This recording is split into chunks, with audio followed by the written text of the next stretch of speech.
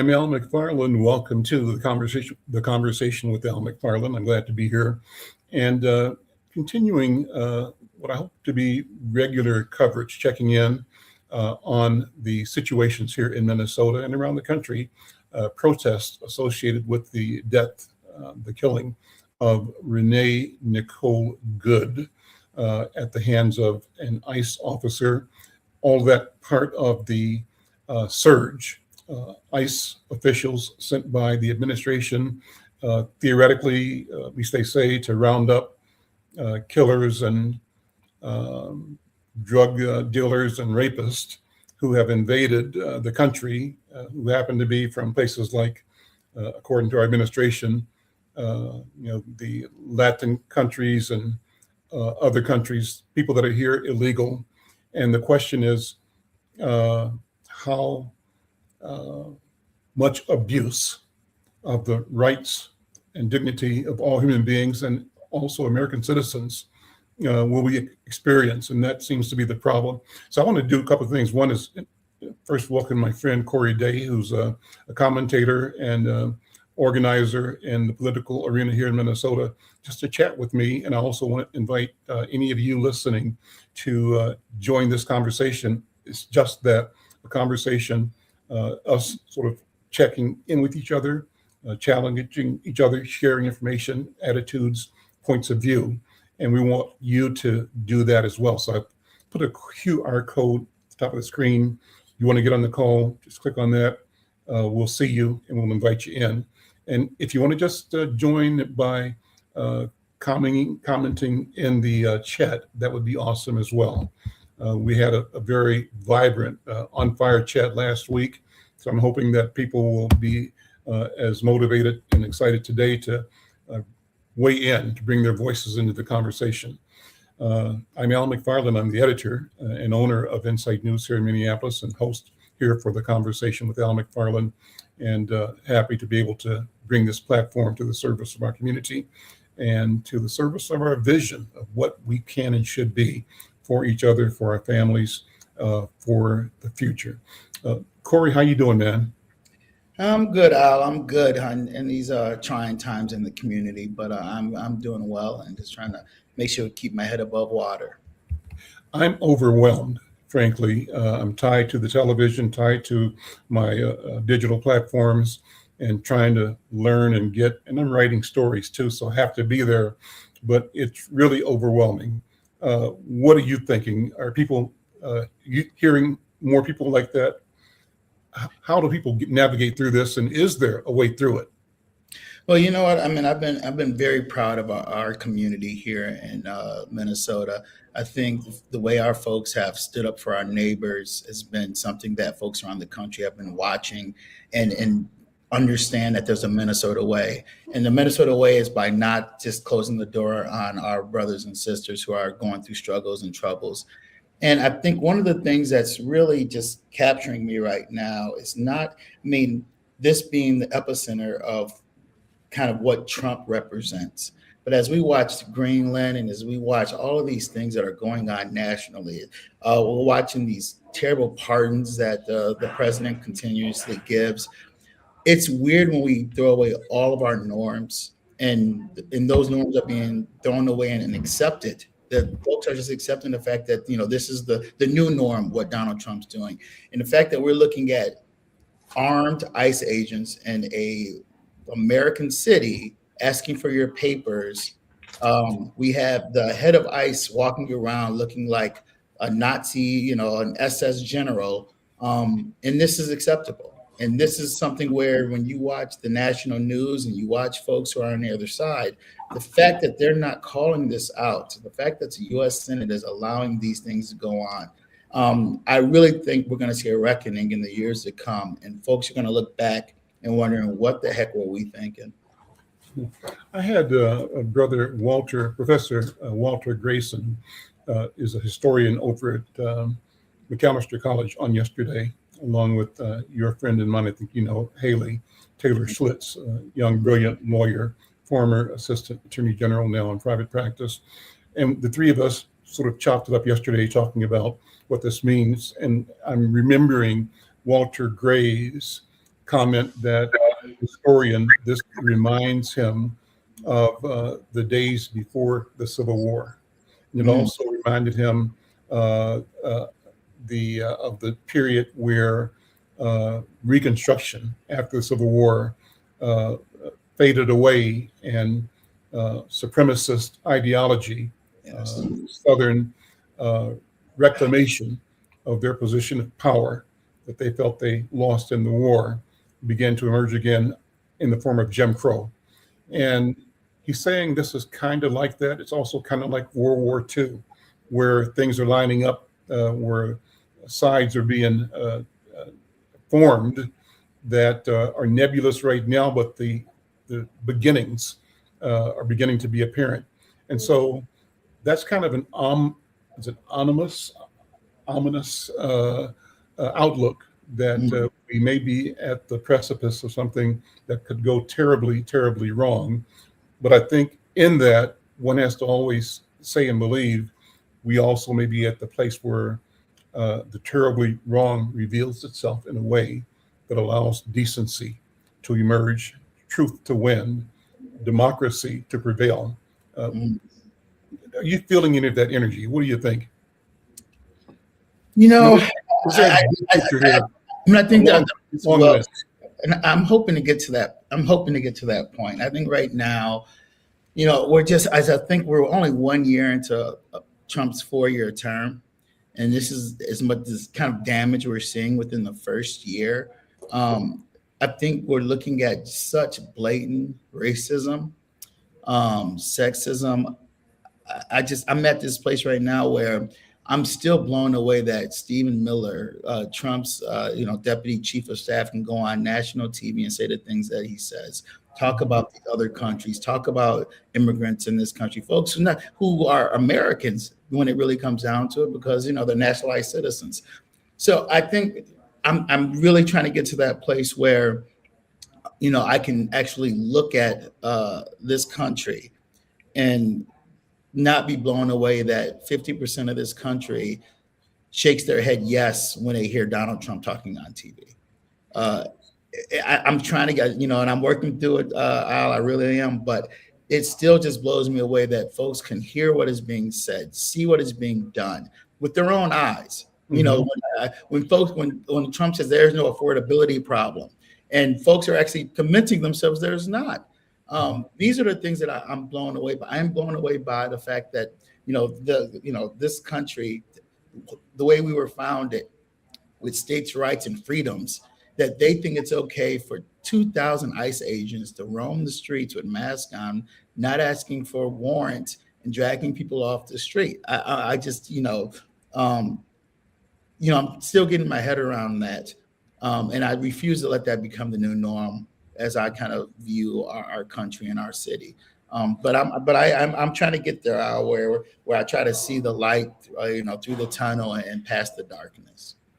So, a lot of my friends and a lot of the people who are African American, we're citizens, we say, there's no way we can be deported, right? And they say we feel for the people that are at risk of deportation, that we kind of, are identifiable and distinct, and we're native at this point. And I push back a little bit, Corey. I say, you know what? If you were imported, you could be deported. Mhm. And that's a bottom line that we don't want to look at. So the same animus that brought us here 400 years ago as imports for a specific purpose and not held and viewed as human, and then begrudgingly assigned a value for the power dynamic in the creation of a new country beyond the Constitution. So a society that could do that, could think that, operate with that in fact did import Mhm. those of us who were, we're the descendants of the imported ones. Why couldn't they? Why can't I imagine them figuring out the same logic, language, impulse to deport? Yeah. And I have to always look at what happened with the indigenous people here. their decimation, and we don't really want to. We want to figure out how to look at it in a benign way and say that was like nature and natural and just transitions. But no, it was murder, and it was theft, Yeah. and it was annihilation, it was genocide. And so the people that are capable of genocide, that capacity doesn't leave. So I'm sort of looking sort of at the worst side of this, though I hold hope and belief that we will prevail. I'm not believing that things won't get a lot worse than they are now this year immediately, and that if we don't mobilize and organize, they'll get really worse. And I think that the government and the Trump apparatus's movement is one to keep pushing until he gets stopped. And his thing is, if you don't stop me, it must be okay. And so therefore I can invade Venezuela. Therefore I can actually, and so one of the things yesterday, Walter said, because I raised a question about the news releases saying that the Trump has mobilized or threatened to mobilize or put at the ready Alaska National Guard or Alaska Army Reserves. And so I said, Texas, yeah, Texas Reserves. Yeah, they put the Texas Army Reserve on notice. Texas, but Alaska as well. So why Alaska, right? Of course, cold in Minnesota, they can handle it. Texas might not. Of course they can. That's kind of a joke. But then he said, well, this might simply be a staging and a practice for Greenland. Hadn't thought about that. If you have an internal play act where you set up something, and it might be staging sort of a way to have people ready to do something in Greenland if that emerges. But the thought of that is unnerving. So what are your thoughts? Let me ask people and thank people who are joining us in the chat. If you want to get in the conversation, we want you in the conversation. We're going to share some of your comments, and you don't have to agree with me or Corey. You can be completely opposite, and we respect your point of view. So, don't feel like if you're not preaching to the choir, you're not welcome. You are welcome. Sherry says how to handle ICE. Stay away, don't obstruct. Maybe Waltz and Frey should turn the criminals in custody over to ICE and avoid the street arrest in the first place. I'm not sure what that means. But she wants just go ahead and turn the criminals in and hope that ICE will go away. One of the things, Al, that kind of alludes to what you said earlier is that when you looked at Jim Crow and you looked at Reconstruction and you looked at that period of World War II, all of those were times that we're going through tumultuous periods, conflict, things were going on in this country that were producing major change. Mm-hmm. We're doing this when the dollar was at its strongest. We're doing this when our middle class was starting to grow. We're doing this when America was still the pillar of the world. We are doing these things. We're taking these actions, not because of some conflict, not because of some reaction to something. We're doing them proactively. This president is doing these things proactively. He's proactively going after NATO. He's proactively blowing up boats in Venezuela. These actions were something that had no reason or rhyme to be taking place. This president has chosen this.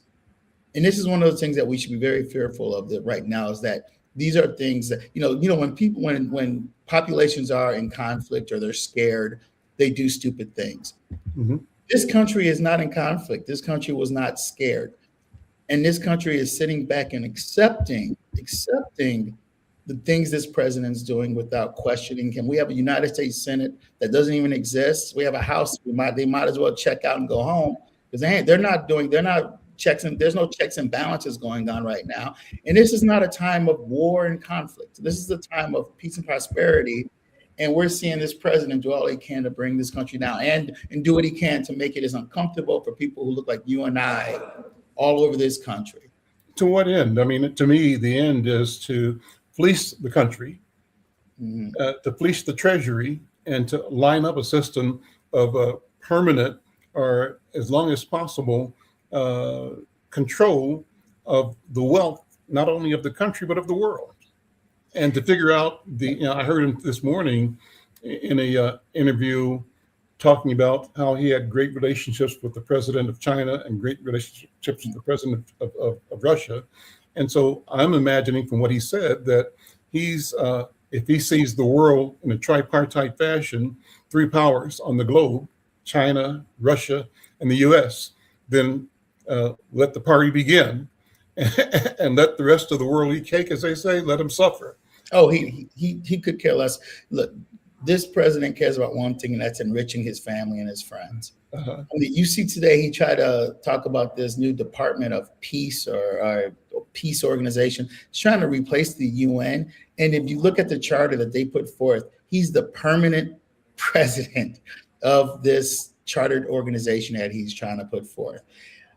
Who does these things? I mean, and you know what? And like I said, I'm trying these days to not just be overly partisan, but of course we all are a bit here. Shame on the Republicans for allowing this to happen. Do you remember when they were ready to throw Barack Obama out of the White House wearing a tan suit?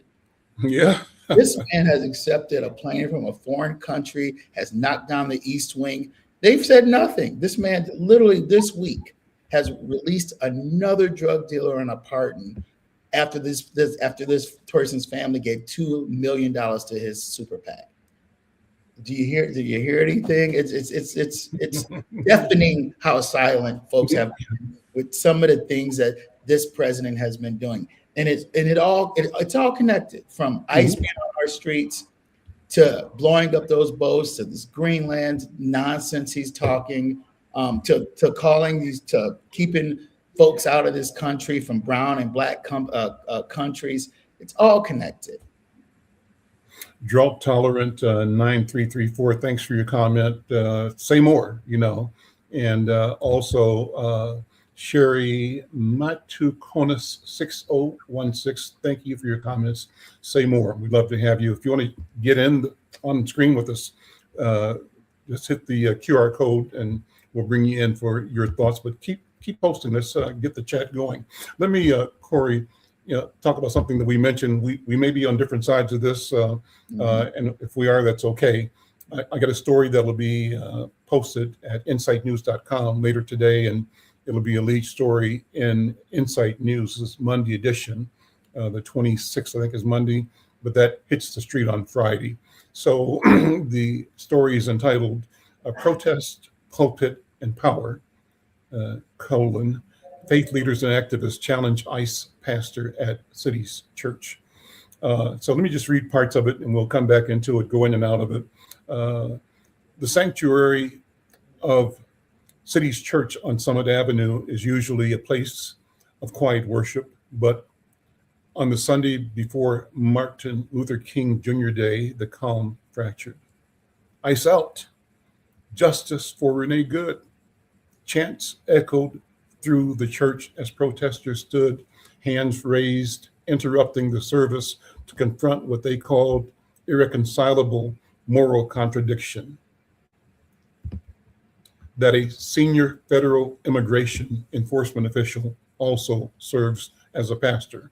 Within hours, the protest, live streamed by Black Lives Matter Minnesota, drew national attention. By Sunday night, the U.S. Department of Justice announced it was investigating the demonstrators who disrupted worship at the St. Paul Church. At the center of the controversy is David Easterwood, listed on the church's website as a pastor and identified in court filings as the acting director of U.S. Immigration and Customs Enforcement's St. Paul Field Office. Minnesota Public Radio reported that Eastwood's personal information matches that of the ICE official, who also appeared alongside Homeland Security Secretary Kristi Noem at a Minneapolis press conference last fall. For organizers, the issue was not protest for protest's sake. It was theology, accountability, and life and death consequences. Open quote, "This is not an insurrection," said Monique Coolers-Doty, co-founder of Black Lives Matter Minnesota. "This was a correction." At a January 20th press conference at the Hennepin County Government Center, clergy, activists, and community leaders defended their actions and demanded Eastwood's resignation from the church. Leading the event was Nekima Levy Armstrong, an ordained reverend, a civil rights attorney, and a longtime Minneapolis activist. She said, open quote, "I am an ordained reverend. Let me repeat that again, an ordained reverend, and my faith informs my activism." Armstrong said, demonstrations at City's Church. The demonstration at City's Church was intentionally held on the Sunday before the MLK holiday to honor not just King's words, but his actions. Our society commemorates Dr. King, she said, but most of the time we do not repeat his actions, which had to do with disrupting the status quo and calling out our government. Armstrong said she and other organizers have since received threats. One person emailed me and said, "Renee Good deserved what she got, and you would have gotten the same." And she read that message saying that's what we're dealing with. So let me stop there and just get your feedback. So for context, if you haven't been following, obviously, Renee Good was killed by an ICE agent, 2 weeks ago now, almost, when she was part of a group that was observing ICE actions in South Minneapolis. I think it was on about 34th and Portland or so, where videos show her car appeared to be blocking traffic, and some cars went around her, but some officers came to her asking her to get out of her car or to move her car. She tried to move it, and everybody could sort of see what happened. In the matter of seconds, 3 bullets were fired. She's dead. So that's the context. The question is, how is the community reacting to the activists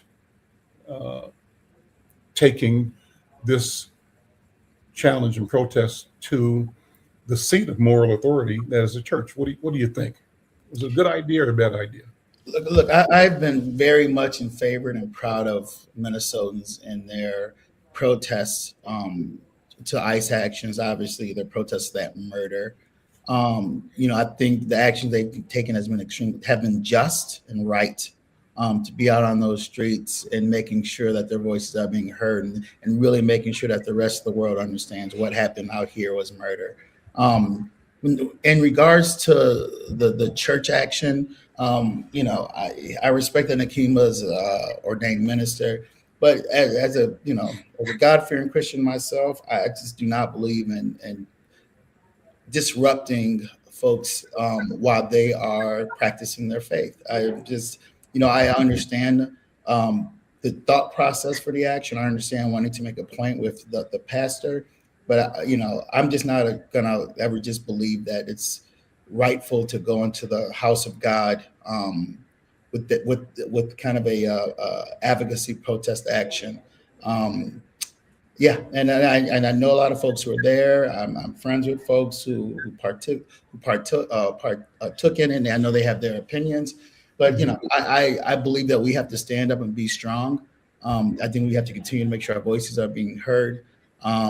But I also think there are certain lines I personally would not always support stepping over. So let me throw it out to the people on the chat. Let me know what you think. Was it too far? Was it the right thing to do? Should more be done? And I don't have a problem personally with the action in the church. I think the church is an appropriate place, and that kind of shows up in the article. Let me read a little bit more of it, Corey, and let's see if some of the people, drought tolerant, you or others who are on the chat have a comment. We'd love to have your comments, pro or con, what your take is on this. Armstrong says, someone help me understand how it's possible to hold both roles with integrity. Because the gospel I believe in says we are to love our neighbors as we love ourselves. Armstrong and others described ICE operations in Minnesota as violent and terrorizing, citing multiple incidents involving immigrant families. She referenced the killing of Renee Good, a mother and wife whose death at the hands of ICE officers has become a rallying cry for activists. Federal officials initially described Good as a domestic terrorist, a claim her family and supporters strongly dispute. They had guns, Armstrong said, quoting Good's wife, "We had whistles." She also described ICE raids in which agents allegedly dragged people from their homes in freezing temperatures, including the Hmong elder brought outside partially clothed, and a Liberian immigrant detained in North Minneapolis. These are military-grade weapons being unleashed on our communities, Armstrong said. And instead of addressing that, the federal government threatens to investigate peaceful protesters. Coolers Doty was blunt in her assessment of Easterwood's pastoral role. You cannot stand within four walls and call yourself a church if you are not preaching, teaching, living, and walking the gospel, she said. It's an abomination for someone to place the title of Reverend before their name while acting as a field director of ICE. Well, that's a stretch for me, too. She says there's nothing in the Bible that supports what ICE is doing. It's sinful at best. Let me know what you think about that. I am a veteran. I served in the military and placed myself and my life in the service of the country, sometimes with a lot of doubt and sometimes protesting the actions of our country, but nonetheless feeling a duty to serve the country as a 19, 20-year-old back in the Vietnam War era days. I wasn't in Vietnam. I was on a ship based on the East Coast, and so never personally in danger, but the principles. And so, when I hear and read the analysis about whether a person can be in law enforcement and be in the pulpit, I think that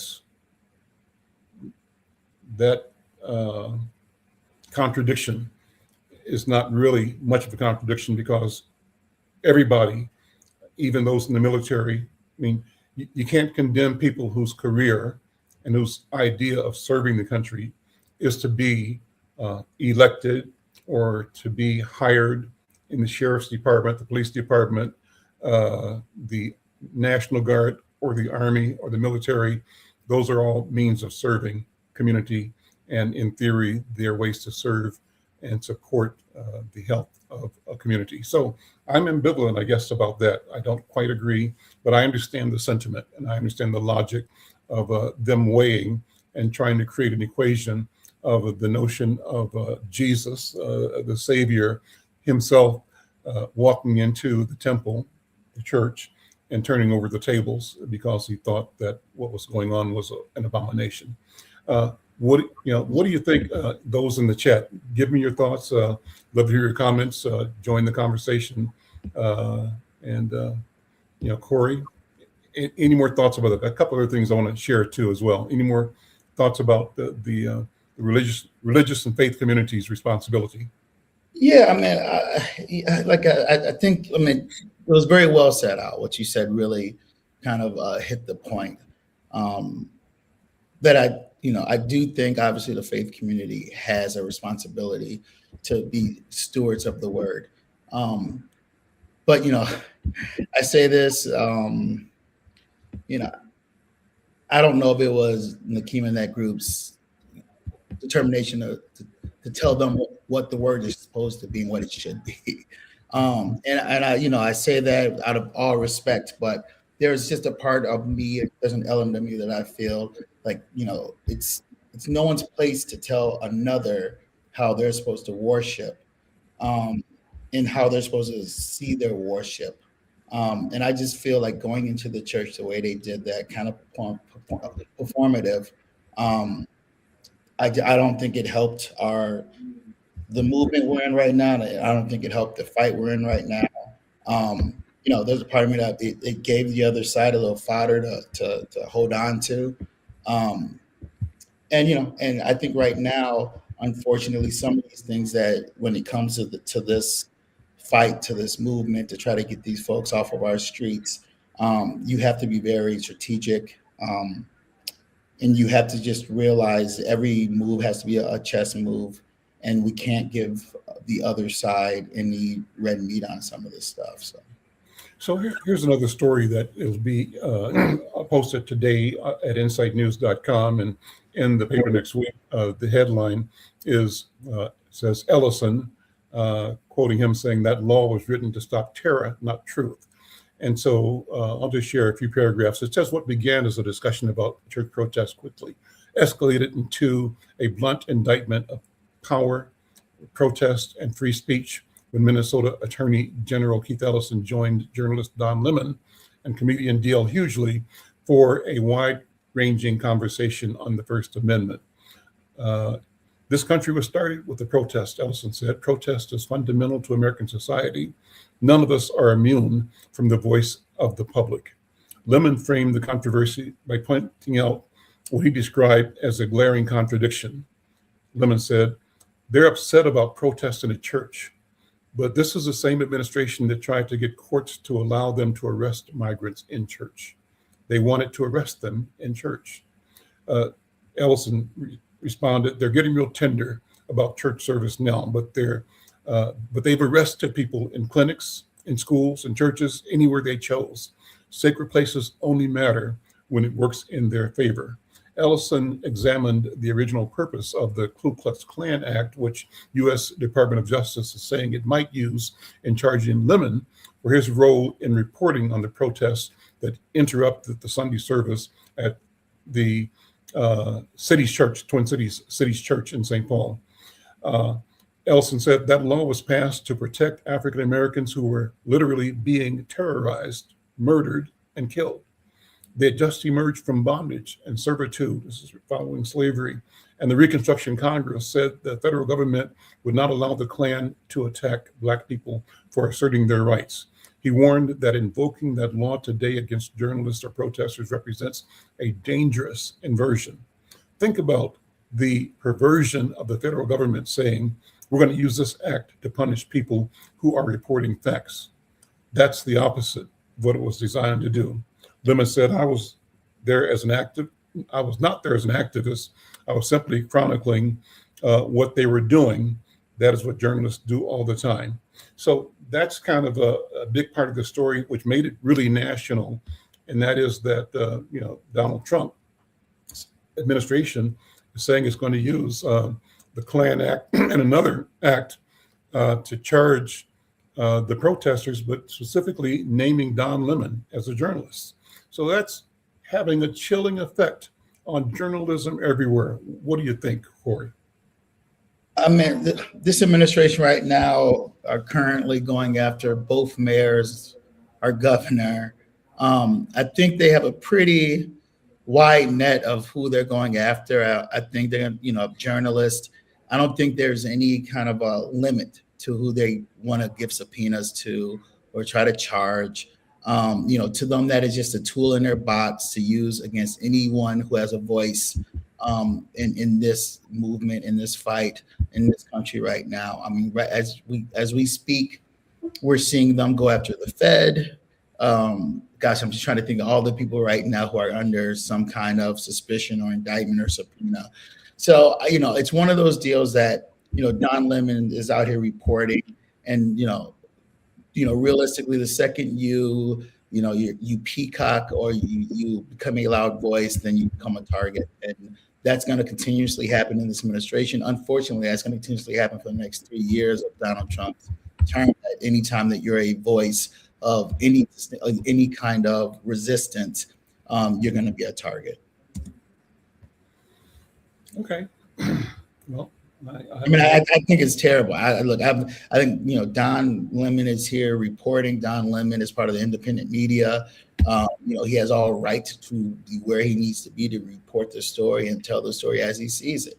I think it's obviously. It's one of those things that it's despicable. It's despicable when I think about the idea that they delivered a subpoena to the new mayor of St. Paul, Her's office. It's one of those things that there is no limit or a line that this administration sees when it comes to trying to silence any of its critics. One of the bright spots, I think there is a resistance. I think that despite the massive bully pulpit that the administration has and the tools it has to attempt to rein its will over the voices of the people. Despite that, there are voices rising. So Ilhan Omar and her colleague, I think let me say the name the right way, Pramila Jayapal from Washington, who's ranking member of the Subcommittee on Immigration, Integrity, Security, and Enforcement, last week hosted a shadow hearing titled Kidnapped and Disappeared, Trump's Deadly Assault on Minnesota. And this was cool because 27 members of Congress attended. They came from across the country to conduct this oversight hearing. I was honored to host this crucial hearing with Representative Jayapal, said Omar. The Twin Cities is under attack from the Trump administration. There is no modern precedent for the level of federal overreach, violence, and lawlessness carried out in the name of immigration enforcement. I'm grateful to my congressional colleagues from all across the country who joined us to raise the alarm and learn what has been happening on the ground. So this was the sixth in a series of hearings in the Kidnapped and Disappeared. It's a congressional fact-finding mission. The Minnesota hearing examined the intense trauma and terror for Minnesotans who are being subjected to the lawlessness and violence of ICE and Border Patrol agents, said Jayapal. We heard from incredibly powerful witnesses, members of the community who are standing up for their neighbors and even who have been detained and have their rights violated for no reason.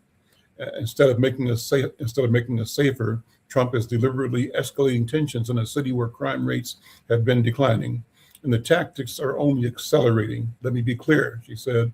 This pattern of reckless and even lethal use of force cannot continue, and we will do everything in our power to hold the administration accountable and stop the lawlessness. So again, a number of people testified. They included Representative Betty McCollum. I think Keith Ellison testified as well. The testimony included that from Mayor Jacob Fry and St. Paul Mayor Carly Herr, Executive Director of the ACLU, Dipender Mayel, and Executive Director of Unidos Minnesota, Emilia Avalos, and Executive Director of Minnesota Chapter of the Council on American Islamic Relations, we call it CARE, Jelani Hussein, and a police chief, Kelly McCarthy from Mendota Heights, other people as well. So I was impressed. I was kind of glued to the station watching that hearing live. I think that that's more of that is needed, and I applaud those legislators for taking this show on the road, attempting to explain the process. Well, these are Democrats, and you are an important player in the democratic process in Minnesota and in the country. What's the mindset? What's the philosophy? What's the intent? And what are the potential outcomes desired from holding hearings like this? Why is this hearing just Democrats? And what does it really mean from the lens of the overall governance apparatus from the legislature? It's a subcommittee, it's Democrats, no Republicans. What does it really mean? You know what, I think Democratic activists and folks throughout the country, they're ready to fight. They're ready to push back. I think what we're trying to figure out, I think, for the first part of this Trump presidency is what should we do?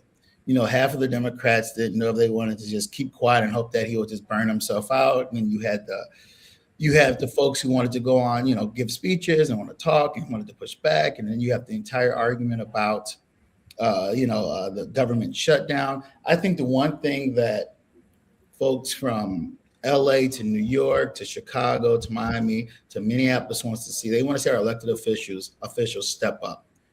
Start giving voice to it. Right now Democrats have no power in Washington, D.C. And there's no way to kind of spin that. They have no control over either body. They don't have the administration. They don't have the Supreme Court. They have absolutely no power. Their power is their voice. Their power is that we need to be in a position right now where every opportunity we get pushed back. There's going to be a whole nother government shutdown discussion that's going to be taking place at the end of the month again.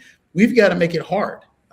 We cannot just lay down and hope for good governance all the time. At some point, we have to fight. So when I see Representative Omar get out there and I see her colleagues start pushing back, I was so happy to see those folks flying to Minnesota in our 5-degree weather to come and hold that hearing. That is what we have to do. So when it comes from the DNC to Congresswoman McCollum to Senator Klobuchar to Governor Walz, they cannot lay down. They have to be loud voices, a constant drumbeat, letting folks know that they are with them, they are part of this fight. Well, Mayor Frey, we have to stay in this, and there's no way of staying in the fight with silence.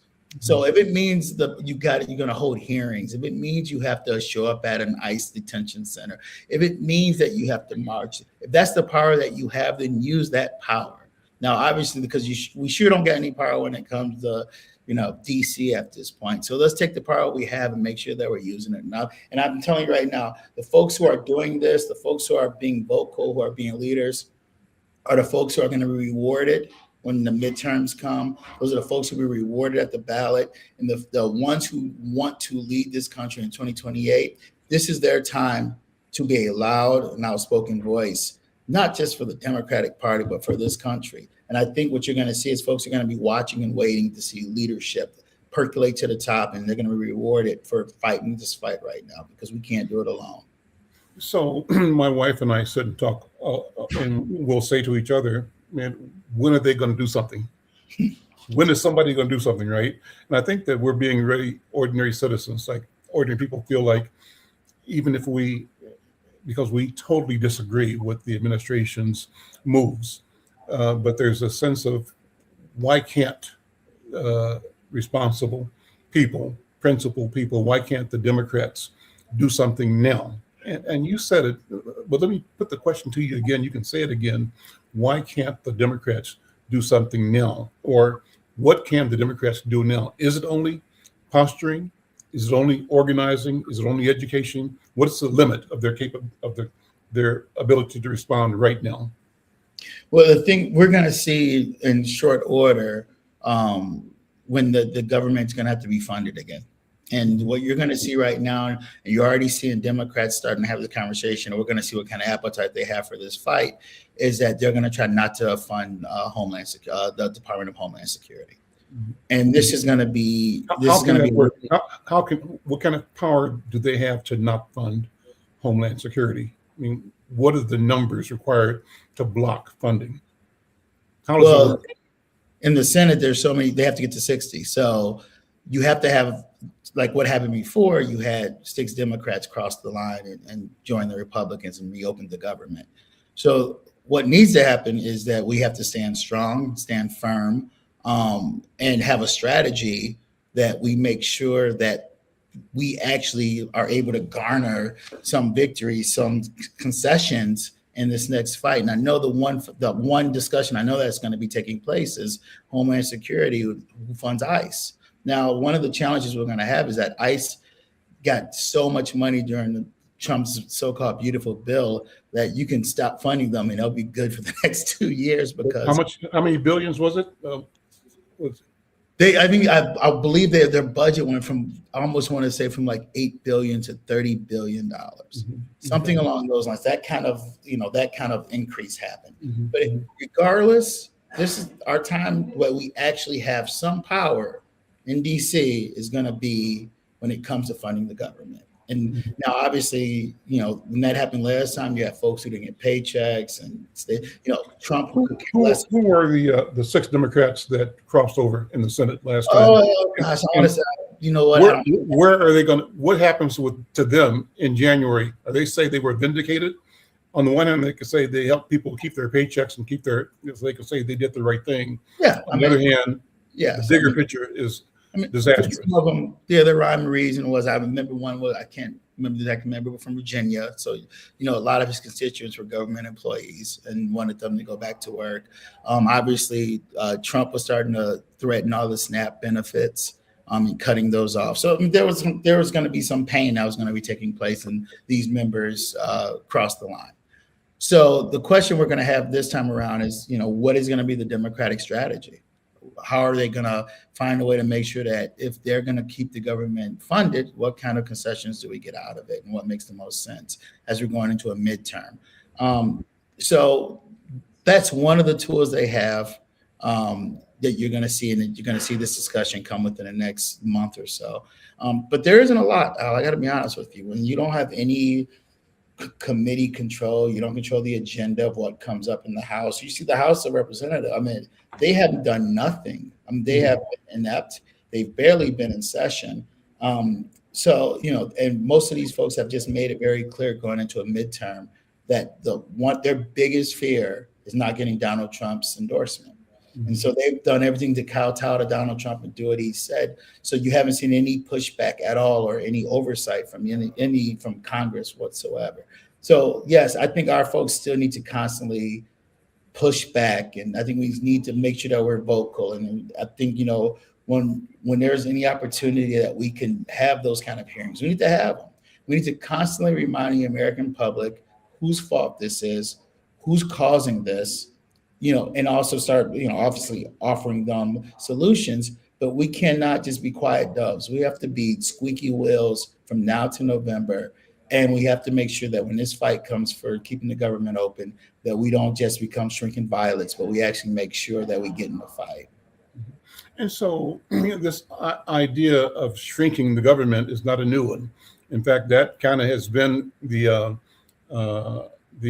rallying cry for the tax party and the MAGA Republicans, the ultra conservatives, always wanted to reduce government, right?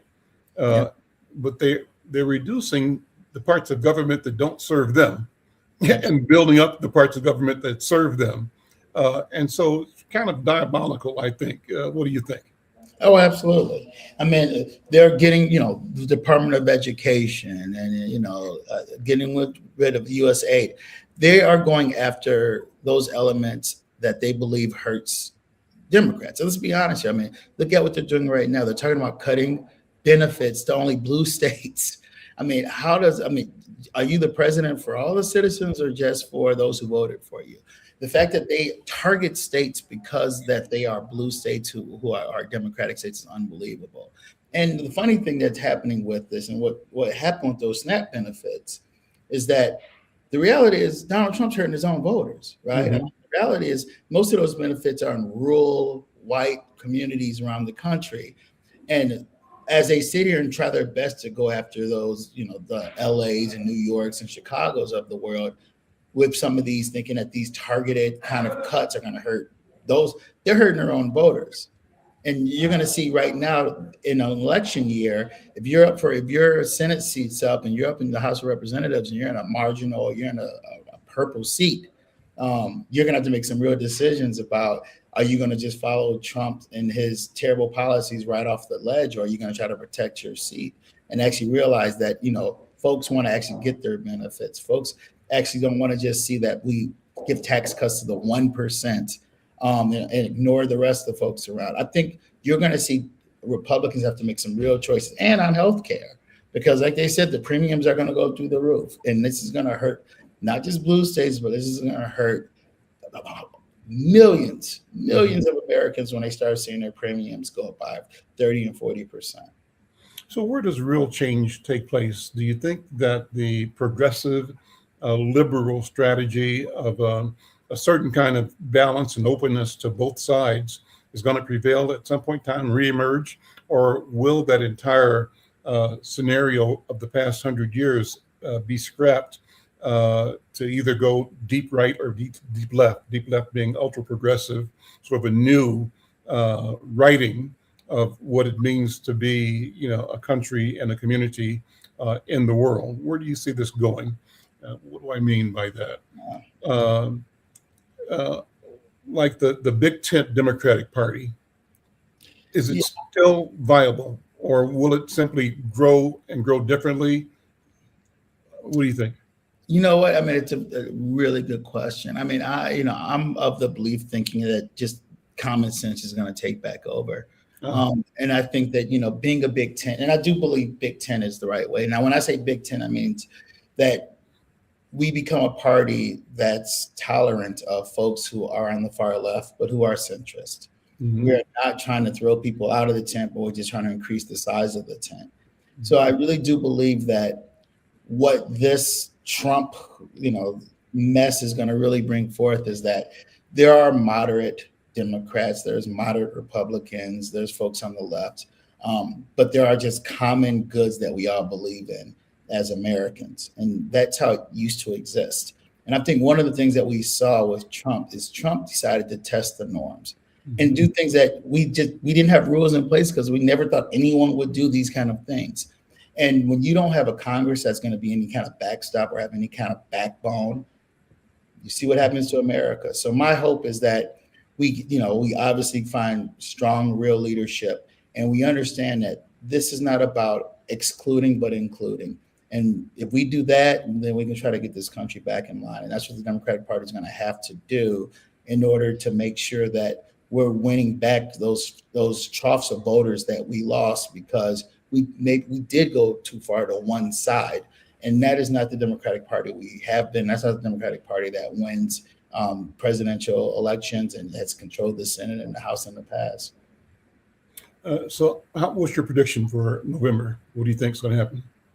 I think Minnesota first and then nationally. Okay, yeah. So in Minnesota, I am very confident that we'll get a very strong gubernatorial candidate who's going to be able to win that race for us. You think it'll be Amy?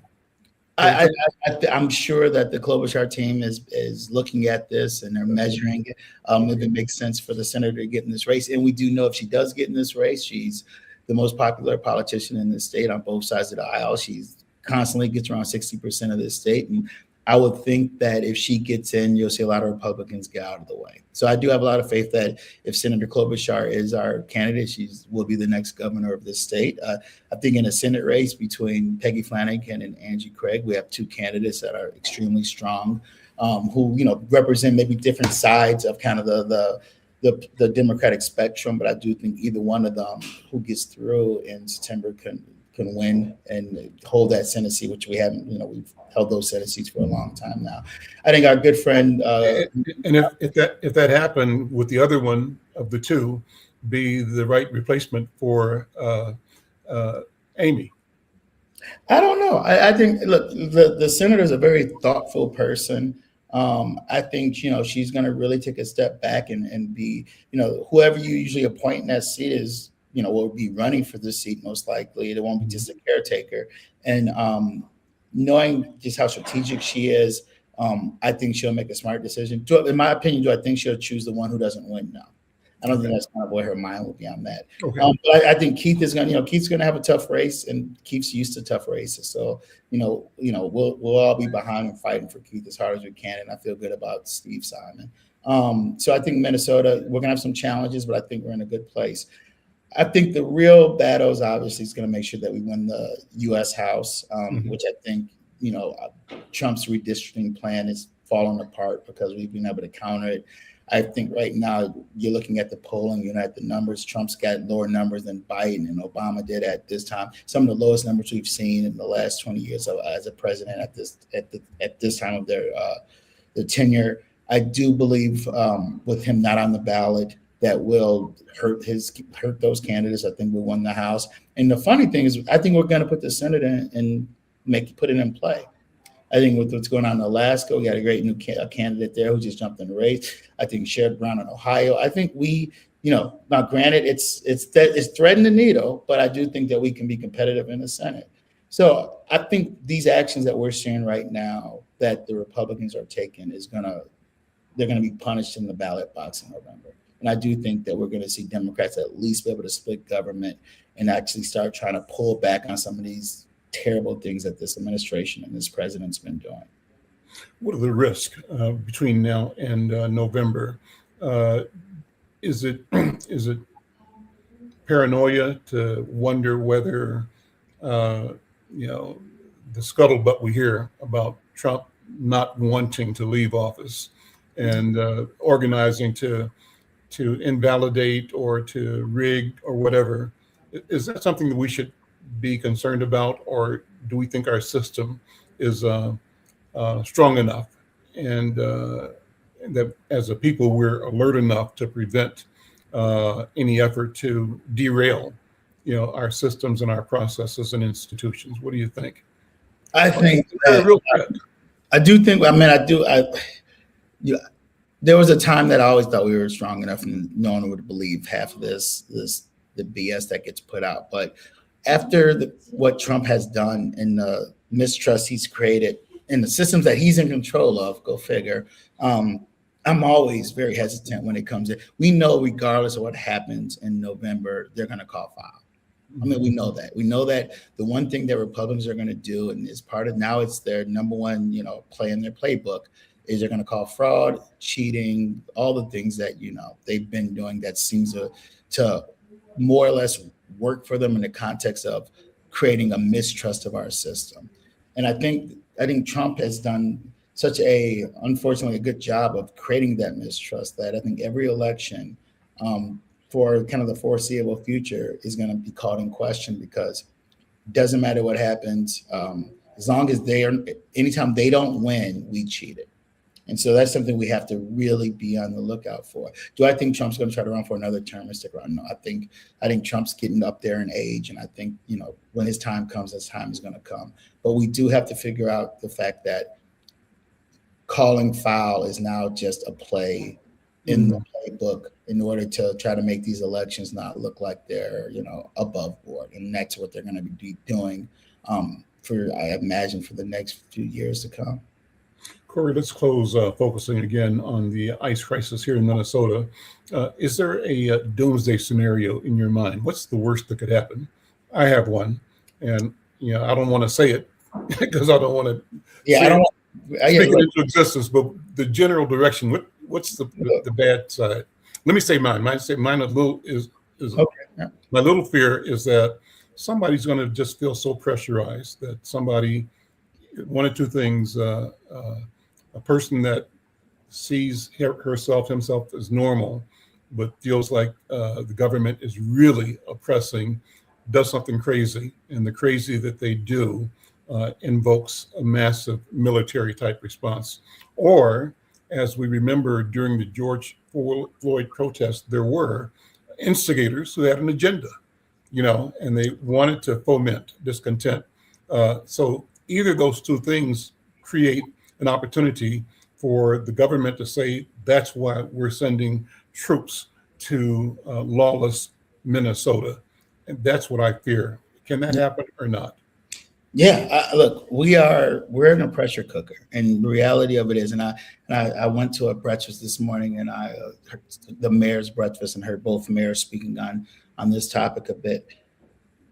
The reality of it is because of this pressure cooker we're in, is that if there's anything that happens, if anything happens to a protester or someone who's in custody, or if anything happens to an ICE agent or anything, and when it comes to that, this whole thing can explode. And we know that because we've seen it before. And so my big fear is that these agents are pushing people so hard right now that sometimes you never know what's going to happen. And just to finish on this, so last weekend, with that right-wing Nazi Jake, I think. Yep. Look, and I honestly, as I've watched that video multiple times now, and the fact that it was a black man that saved him, and I honestly believe this, is that if that man was not there, I don't know what would happen to that guy. And let's say he does get assaulted or whatever, that the pressure cooker explodes, right? And then it blows up, and that's how close we always are right now, because of the climate that's been created in the streets of Minneapolis and St. Paul and its surrounding suburbs, is that one man protecting that guy probably stopped the National Guard from Alaska landing at our airport and being on these streets. So that's my fear, is that it doesn't take much to tip it over. Let's end it right there. Corey Day, thank you so much, my friend. Good talking to you. Always good speaking with you, Al. Take care. I'm Al McFarland. See you next time. Take care.